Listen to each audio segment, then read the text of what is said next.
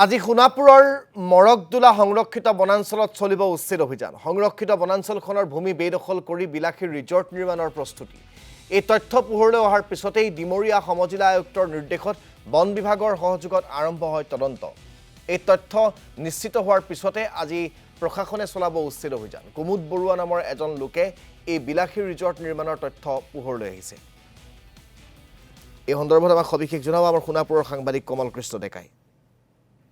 সোণাপুৰৰ যি মৰকদোলা সংৰক্ষিত বনাঞ্চল আছে আৰু এই সংৰক্ষিত বনাঞ্চলৰ যি ভূমি সেই ভূমিত এতিয়া বিলাসী ৰিজৰ্ট ভূমি বেদখল কৰি বিলাসী ৰিজৰ্ট নিৰ্মাণৰ এক প্ৰস্তুতি চলোৱা হৈছিল আৰু সেই প্ৰস্তুতিৰ খবৰ আচলতে জিলা প্ৰশাসন আৰু বন বিভাগ যি আছে সোণাপুৰৰ তেওঁলোকে পোৱাৰ পিছতেই আজি সেই বিলাসী ৰিজৰ্টত উচ্ছেদ অভিযান চলাবলৈ বৃহৎ সংখ্যক আৰক্ষী দল বন বিভাগৰ লোক উপস্থিত হৈছে। মই ভিডিঅ' জাৰ্নেলিষ্টক সেই দৃশ্য দেখুৱাবৰ কাৰণে অনুৰোধ কৰিছোঁ।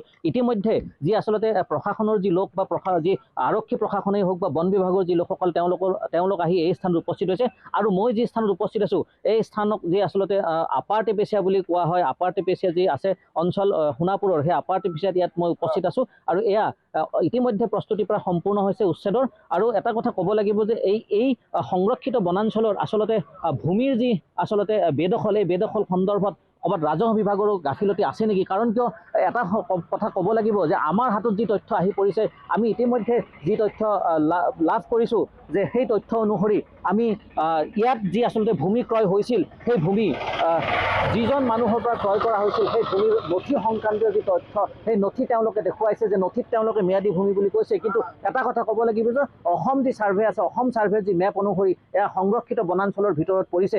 আমাৰ হাতত সেই যি ভূমিৰ যি নথি সেই নথি আহি পৰিছিল আৰু সেই নথিত স্পষ্টকৈ উল্লেখ আছে খেৰাজ ম্যাদী। কিন্তু তাৰ পিছত বন বিভাগৰ তদন্তত ওলাই পৰিল যি বিলাসী ৰিজৰ্ট যিজন কুমুদ বৰুৱা বুলি যিজন লোকে ইয়াত বিলাসী ৰিজৰ্ট নিৰ্মাণ কৰিব বিচাৰিছে সেই ৰিজৰ্টৰ যি ভূমি সেই ভূমি মৰকদোলা সংৰক্ষিত বনাঞ্চলৰ যি আচলতে ভিতৰত পৰা ভূমি বুলি ইতিমধ্যে নিশ্চিত হৈছে। আৰু তাৰ পাছতে জিলা প্ৰশাসনৰ আৰু বন বিভাগৰ উদ্যোগত আজি উচ্ছেদ অভিযান ইয়াত চলিব। ইতিমধ্যে সম্পূৰ্ণ মই পুনৰবাৰ সেই দৃশ্য দেখুৱাবৰ কাৰণে অনুৰোধ কৰিছোঁ। আৰক্ষী প্ৰশাসন আৰু যি বন বিভাগৰ লোক তেওঁলোক আহি ইয়াত উপস্থিত হৈছে আৰু তেওঁলোকে ইয়াত উচ্ছেদৰ যি পৰিকল্পনা সেই পৰিকল্পনা কৰি সেই ৰিজৰ্টখনলৈকে যাব আৰু সেই ৰিজৰ্টত এই যি উচ্ছেদ সেই উচ্ছেদ অভিযান আৰম্ভ কৰিব। এটা কথা ক'ব লাগিব যে সোণাপুৰৰ যি আচলতে ভূমি সেই ভূমিত ইতিমধ্যে এনেধৰণৰ বেদখল যথেষ্টখিনি আছিল, কিন্তু জিলা প্ৰশাসন তৎপৰ হৈ পৰা পৰিলক্ষিত হৈছে, বন বিভাগ তৎপৰ হোৱা পৰিলক্ষিত হৈছে।